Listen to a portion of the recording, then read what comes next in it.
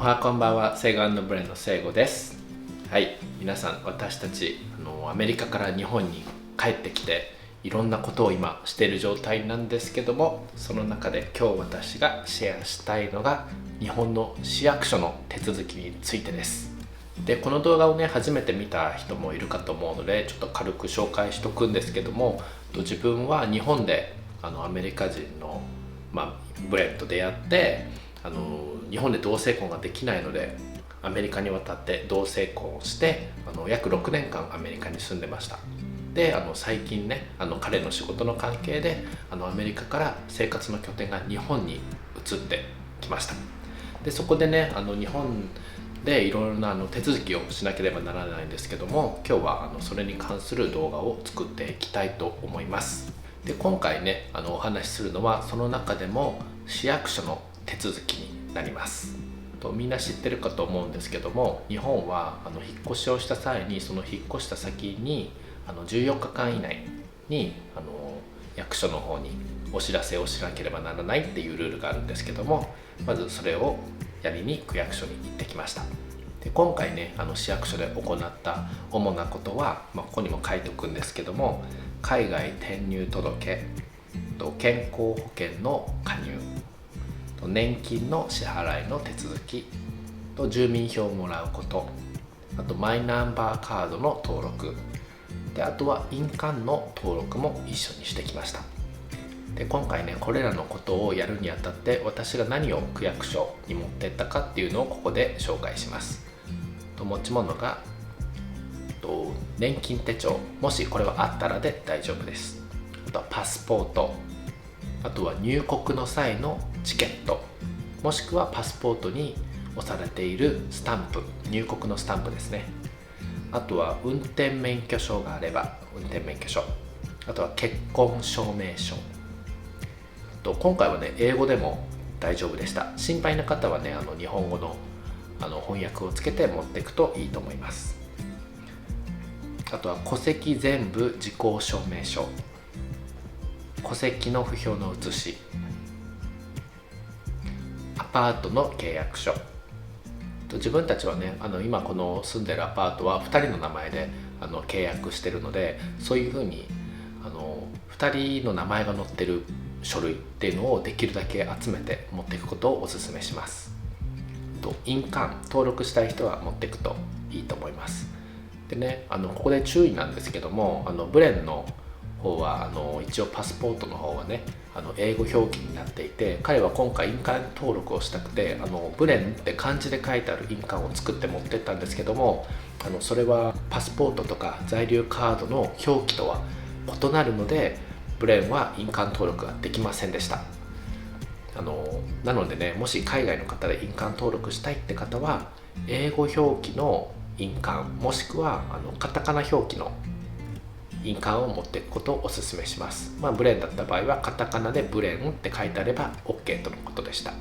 なのでまたね新しく印鑑を作り直してまたブレンは印鑑登録をしに行く予定です。自分はそんな感じだったんですけども、ブレンの場合は在留カード、これが一番重要ですね。在留カードとパスポートを主に持ってきました。あとは海外の人ではね結構通称っていうのを作る人が多いらしくて、フルネームのね英語とかカタカナに彼らの名前をしちゃうと結構ねカタカナが多すぎて枠に入んないっていうケースが日本のいろいろ書類とかだとねそういうのがあるので、結構その英語の名前を通称と漢字として登録する人も多いらしいんですよね。ブレンもそれがやりたくて一応区役所に今回行ったんですけども、そのね通称を作るにあたっての注意事項があって、ただこの名前にしたいですって言って行くんじゃダメでした。必要なものが会社でもし通称を使っている場合はその会社の会員証とか社員証とかを持っていくと OK ということを言っていました。あとは光熱費とか毎月ね送られてくる光熱費のその名義の名前が通称になってたりとかしたら、その書類を持ってって区役所に行くと通称の登録ができるとのことでした。ブレイはねまだ光熱費とか会社の名前もまだ英語表記だったので、それを変えてから区役所に行ったら通称が作れるっていう感じです。でね、今言ったこれらの書類を持って区役所の方に私たちはこの間行ってきました。でね、区役所で私たちが同性婚をアメリカでしてるっていうことを説明して、できるだけねその住民票とかを一緒のものにしたかったんですよね。だからそれを交渉しにこの間行ってきたんですけども、そしたらね結構すごくね親身になってくれて、